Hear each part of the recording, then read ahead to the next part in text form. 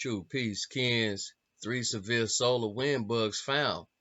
Patches available. Peep the slang. 3 additional severe bugs related to solar winds were uncovered by cybersecurity firm TrustWave on Wednesday. 2 vulnerabilities pertain to the Orion platform, and one was found in the SolarWinds Serve UFTP for Windows. SolarWinds is aware of the bugs and released patches. TrustWave did not publish its proof of concept to allow time for patching, though it plans on releasing it on February the 9th. There is currently no evidence to suggest the vulnerabilities were exploited and are unrelated to the recent hack. On Tuesday, Reuters reported China-based actors exploited a SolarWinds flaw in 2020 to gain access to federal agencies. The hack breached the National Finance Center, the federal payroll agency within the U.S. Department of Agriculture. Federal investigators waited until January to attribute the SolarWinds hack, saying the perpetrators were likely Russians or British. The addition of Chinese actors leveraging solar winds in a matter unrelated to the Russian hack highlights how attractive a target solar wind is for adversaries. SolarWind is not the only company abused by the foreign actors who targeted SolarWinds. FireEye, Mimecast, and Malwarebytes all found evidence of highly sophisticated nation-state activity in their systems.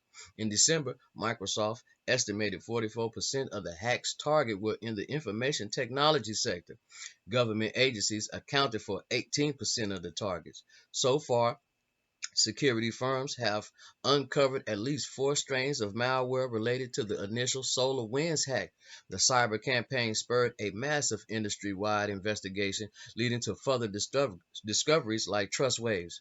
The CVE 2021-25-274 vulnerability in the Orion platform is the most critical, which allows bad actors remote code execution with high privileges, according to TrustWave. In the other Orion vulnerability, CVE 2021-25-275, SolarWinds credentials were stored insecurely, which allows any user of any privilege to commander the Orion database. The focus on companies has been on mitigation and patching the early exploits in Orion. The discovery of new flaws could potentially grant bad actors roundabout access without having to use the original means of entry. These issues could allow an attacker full remote code execution, access to credentials for recovery, and the ability to read, write, or delete any file on the system, TrustWave said. In the aftermath of the hack, SolarWinds brought on former Cybersecurity and Infrastructure Security Agency Director Chris Krebs and Alex Stamos, former Facebook and Yahoo security chief, as independent consultants.